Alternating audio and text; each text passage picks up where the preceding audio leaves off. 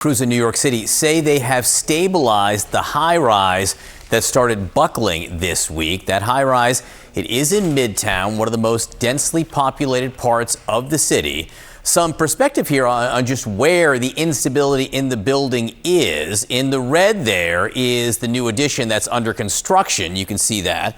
And then the yellow part is the 21st floor where the structural columns are buckling. Now we're learning some new details about the developer for this project and the multi-million-dollar lawsuit he is facing on a different project. CNN's Gloria Pazmino is here with the details on that. What are you learning? Yeah, John. Well, first, let's talk about the work that's been done to stabilize the building. As you said, workers have been working, frankly, around the clock to make sure that this building can be shored up. And what they've done in the past few days is actually install more beams all the way from the 9th floor all the way to the underside of the roof. They want to make sure that all of this new weight that was put on top of this building can actually be held up. That's what they've been doing. Now, Metroloft, which is the developer at this building, has said that that operation is going as planned, and they believe they're going to be able to continue building and that their deadline is going to be met on this project. But I think from speaking with city officials and knowing what the Department of Buildings has said about this, that really doesn't seem to be the case, that they're going to be able to start just building quickly to meet the demands of this project, considering the safety concerns and making sure that this project is stable. In the meantime, as you said, we have learned new information about Metroloft. They are facing litigation at another project on Greenwich Street down in Tribeca, where the owners have sued Metroloft for dangerous conditions. They redid a 19th century factory, converted it into luxury apartments, and the residents of that building have sued, saying that conditions are dangerous and that these renovations were not done in the way that they were expecting or supposed to have been made. In the meantime, attorneys for Metroloft have denied the allegations. This is a $300 million lawsuit, and Metroloft is declining to comment further. I do think it's worth mentioning, at the end of the day, there is a lot of money at stake here, both for the developers that are trying to build this building, and as we see, they have other litigation problems happening in other projects. And the question here is, when will this be able to get off the ground? They have a deadline to meet and a lot of housing units to deliver. Yeah, there's a lot of money at stake, but also safety and people's lives at stake too. Gloria Pazmino, thank you very much for sharing all your new reporting on this. The mayor of New York City says a Manhattan high-rise is now stable after structural columns buckled on Tuesday.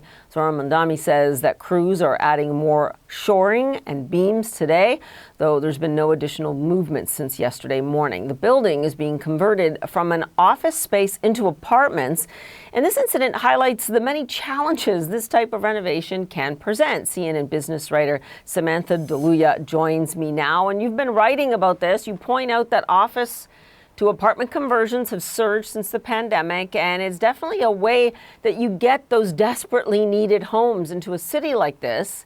But as we saw in the last couple of days, not without its complications, this is not an easy task. Absolutely, Paula. These office to apartment conversions have really exploded in popularity in cities all across the country, especially in New York, due to the fact that these older office buildings have sort of fallen out of fashion with the rise of remote and hybrid work. And it's seen as a great way to get more housing into a city like New York, which faces a dire housing shortage. But as you can see from the emergency yesterday, there are complications with these builds. And, that's because offices are not designed to be livable spaces. And the interior work that needs to be done to kind of make it work is extremely complicated, and it often requires rebuilding and reworking the layouts, ensuring that there's enough natural light coming in. That can sometimes mean cutting into the middle of the building. In this specific project, it was a former Pfizer headquarters, and they are adding 19 stories on top of one of the two high rises that is involved in this project. That, architects warned me, is extremely heavy. And these columns that you see here seem to have buckled under being overstressed from the weight of that addition. And in fact, you had an architect who said that when he saw the plan, he thought this perhaps was not prudent. Yes, exactly. So, a lot of the older office buildings that were pre-war are ideal for these kind of conversions because they're smaller. Actually, larger doesn't always equal better. This Pfizer building is incredibly ambitious as a project to convert to apartments. That's because it's so big. It's actually the biggest undertaking of one of these conversions in New York City's history, according to the architects on the project. But bigger means that, you need to have enough natural light getting in. So you can't have apartments in the middle of the floor plan. So it's kind of figuring out how to make sure there's enough natural light. You have to rework plumbing, you have to rework HVAC systems because every unit obviously needs bathrooms, kitchens, natural light, like you said, central heating and cooling air systems. So yeah, this is an incredibly complicated project. Sam, Julia, thank you for filling us in on that.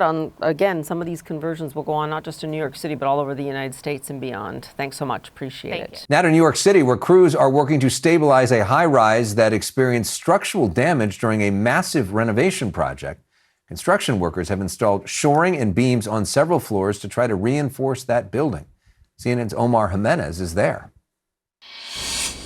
There are a few major dynamics we are following right now. First and foremost, we have heard from city officials they believe the building is stable, which is of course the most important considering this is in one of the busiest portions of New York City in the middle of Midtown Manhattan. So the threat of either a partial collapse or otherwise was on the tops of minds of many people here, especially as buildings were being evacuated in the surrounding area for safety. Some of those residents have been able to get back into their buildings, but still 4 of those buildings remain under evacuation warnings. So that's one aspect of things. The second aspect comes from the mayor in terms of wanting a rigorous investigation here to figure out what went wrong. To review for people, it was Tuesday morning. That was when officials first started getting reports of structural issues at this building, a former Pfizer headquarters being turned into residential units.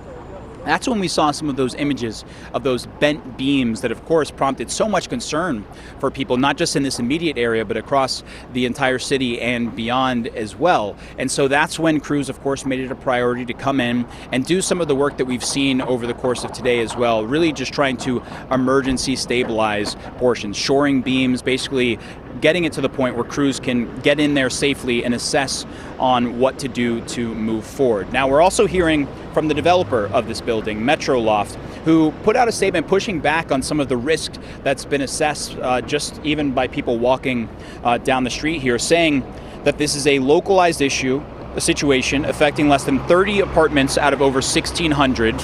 And the statement emphasizes at no time was the building or any portion of it at risk of collapse. They mentioned that multiple times, saying that reports of risk of a collapse were and are inaccurate and that they've identified the issue and developed a clear plan to fix it. But regardless, the images sent a lot of fear through many in this community.